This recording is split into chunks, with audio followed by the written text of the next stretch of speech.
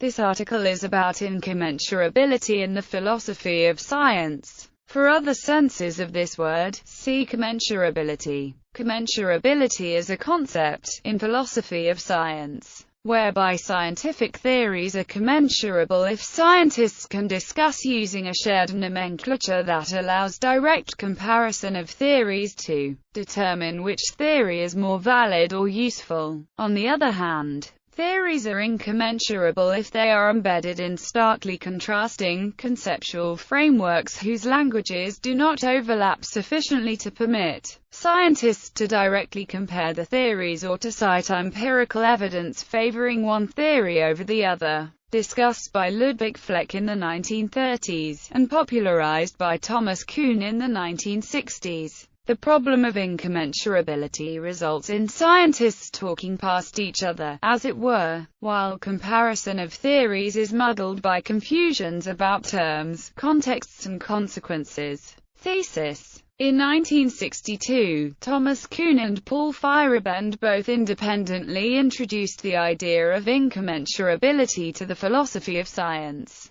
In both cases the concept came from mathematics and in its original sense is defined as the absence of a common unit of measurement that would allow a direct and exact measurement of two variables, such as the prediction of the diagonal of a square from the relationship of its sides. Introduction of the term commensurability was coined because of a series of problems that both authors found when trying to interpret successive scientific theories. Without doubt its implementation is better understood thanks to the critiques that both Kuhn and Feyerabend have made in response to certain theses proposed by followers of the received view of theories. These include the famous thesis on the accumulation of scientific knowledge, which states that the body of scientific knowledge has been increasing with the passage of time. Both Kuhn and Feyerabend reject this thesis, in favor of a model that sees both revolutions and periods of normalcy in the history of science. Another equally important thesis proposes the existence of a neutral language of comparison which can be used to formulate the empirical consequences of two competing theories.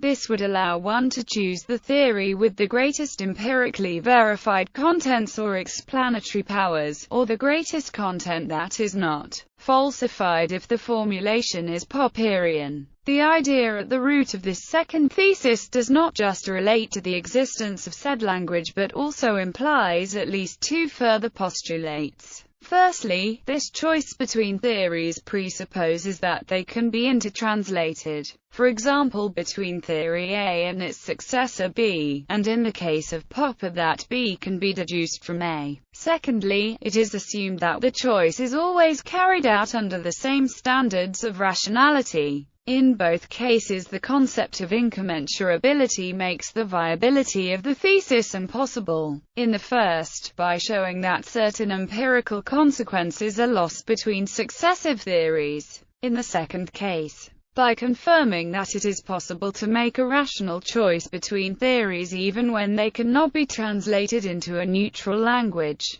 However, although the reasons for the introduction of these counter-arguments, and the criticism from which they arise, are the same, the sense in which the co-authors use them are in no way identical. For this reason the idea of incommensurability will be discussed for each co-author separately.